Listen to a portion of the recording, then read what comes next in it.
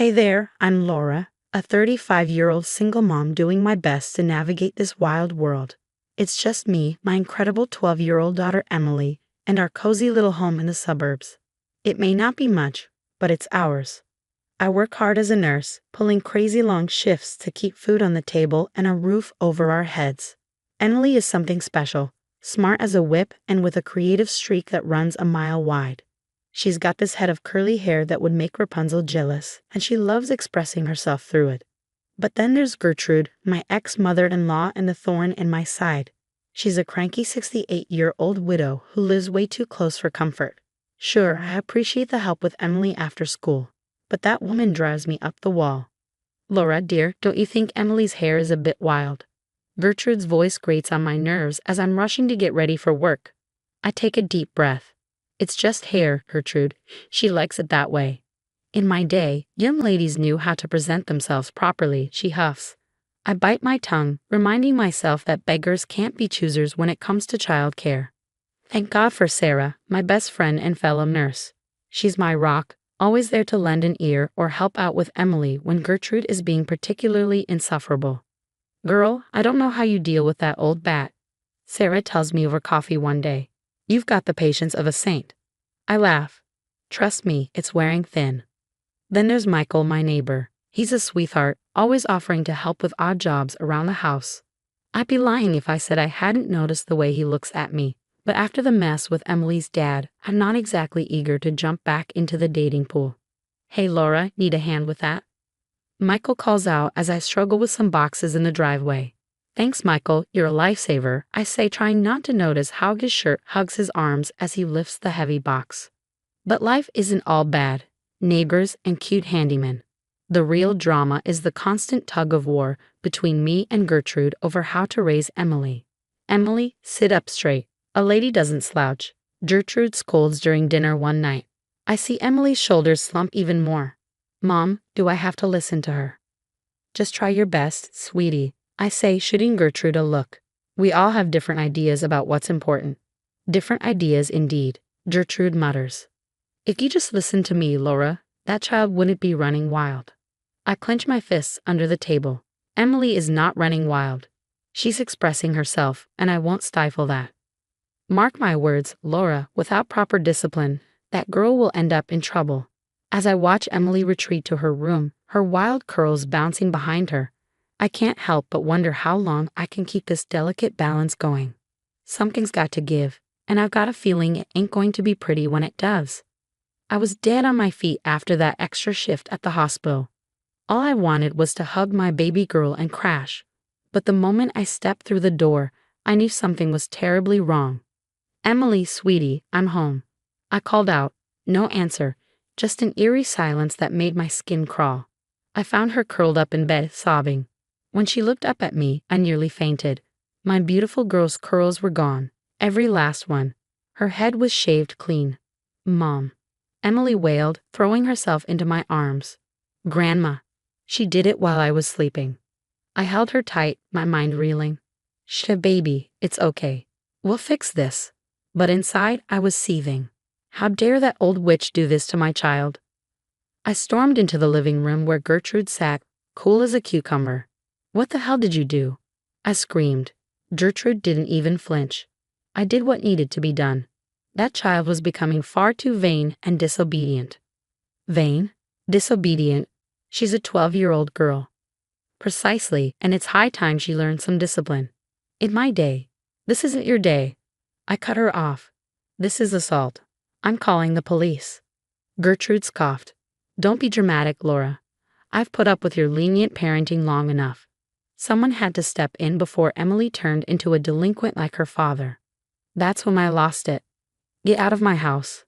Now. Gladly, Gertrude sneered. Mark my words, you'll regret not heeding my advice. That girl needs a firm hand, Gertrude snapped as she gathered her things.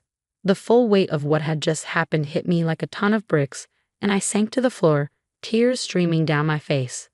Suddenly, there was a knock at the door. It was Michael, looking concerned. Laura, is everything okay? I heard shouting. One look at my face, and he knew it wasn't. What happened? He asked, his voice soft but urgent. I couldn't even speak. I just pointed toward Emily's room. When Michael saw her, his eyes widened in shock. Oh my God, who did this? Gertrude. I managed to choke out, my voice trembling with rage. His face hardened. That's it. I'm calling the police. No, Emily cried, her voice breaking. I don't want anyone to see me like this. I hugged her close, trying to comfort her. It's okay, baby. We don't have to do anything you're not comfortable with. Michael knelt beside us, his expression gentle. Is there anything I can do? Before I could answer, my phone rang. It was Sarah. Laura, what's going on? I got your missed call, and you sounded upset in the voicemail. I tried to explain through my sobs. That evil witch, Sarah exclaimed. I'm coming over right now. Within minutes, she burst through the door, arms laden with bags. Okay, I've got hats, scarves, and some cute pixie cut photos for inspiration. We're going to get through this, Emily managed a weak smile as Sarah worked her magic, trying to salvage what was left of her hair. While Sarah was busy, I filled Michael in on the whole sordid history with Gertrude. I can't believe I let that woman anywhere near Emily, I said, self-loathing creeping in. Michael squeezed my hand. This isn't your fault, Laura. You were just trying to provide for your daughter. He's right, Sarah chimed in. The only person to blame here is that old bat Gertrude. I nodded, but the guilt still gnawed at me. How could I have been so blind? As the night wore on, Emily finally fell into an exhausted sleep. Sarah and Michael insisted on staying, camping out in the living room. Lying in bed, staring at the ceiling, I made a vow. Gertrude would pay for what she'd done, one way or another. My baby girl deserved nothing less. The next few days were a blur of tears, anger, and sleepless nights. Emily refused to leave her room, let alone go to school. I called in sick, knowing my girl needed me more than ever. Sweetie, you can't hide forever, I said gently, sitting on the edge of her bed. I look like a freak, Mom, Emily sobbed. Everyone's going to laugh at me. My heart broke all over again. No, baby, you're beautiful inside and out. We'll get through this together. Our first stop was the police station, but it was a major letdown. I'm sorry, ma'am, but since there was no physical harm, this is a civil matter, the officer said, looking bored. No physical harm? I exploded. Look at my daughter. But rules were rules, apparently. So, next up was a lawyer. We can definitely pursue charges for emotional abuse, the lawyer explained, and sue for damages, but it won't be easy. I didn't care. I was out for blood. Sarah was a godsend through it all. She helped me document everything, photos, timelines, you name it. We're going to nail that old witch to the wall, Sarah declared as we worked. Meanwhile, Michael was working his own magic. I've got a buddy who specializes in family law, he told me. Top-notch guy, he's willing to take your case pro bono. I could have kissed him right then and there, but there was no time for that. Things were about to get even messier. It started with whispers at the grocery store, sidelong glances from neighbors. Then came the calls from distant relatives. Laura, is it true you've been neglecting Emily? My cousin asked. That's when I realized Gertrude was on the offensive. She's telling everyone I'm an unfit mother. I raged to Sarah and Michael. That witch is trying to turn everyone against me. But Gertrude had underestimated me. I started digging, calling up old babysitters, family friends, anyone who'd ever interacted with her and Emily. The stories that came out made my blood run cold. Grandma said if I told you, she'd send me away to boarding school. Emily confessed one night, tears streaming down her face. She used to lock me in a closet when I misbehaved. I held her close, fury and guilt warring inside me. How had I missed this? It's not your fault, sweetie, I assured her. But I promise you, Grandma will never hurt you again. With Sarah and Michael's help, we hashed a plan. Hidden cameras went up around the house. We coached Emily on how to safely gather evidence if Gertrude tried to contact her. Remember, kiddo, Michael said, showing Emily how to use the voice recorder on her phone.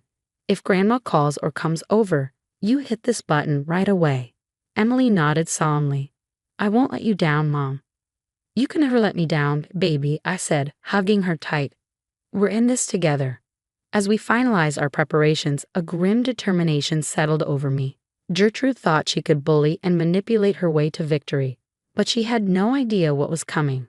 This mama bear was ready to fight, and I wasn't about to lose.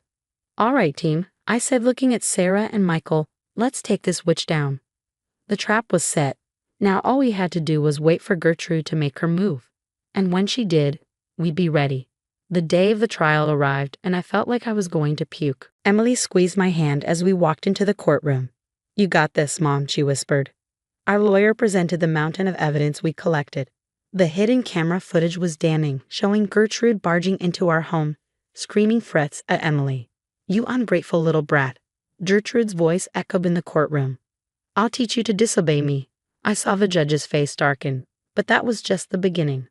One by one, witnesses took the stand. Former babysitters, family friends, even Emily's old piano teacher. They all had stories of Gertrude's cruelty. She told me if I didn't make Emily practice for 3 hours a day, she'd have me fired. The piano teacher testified.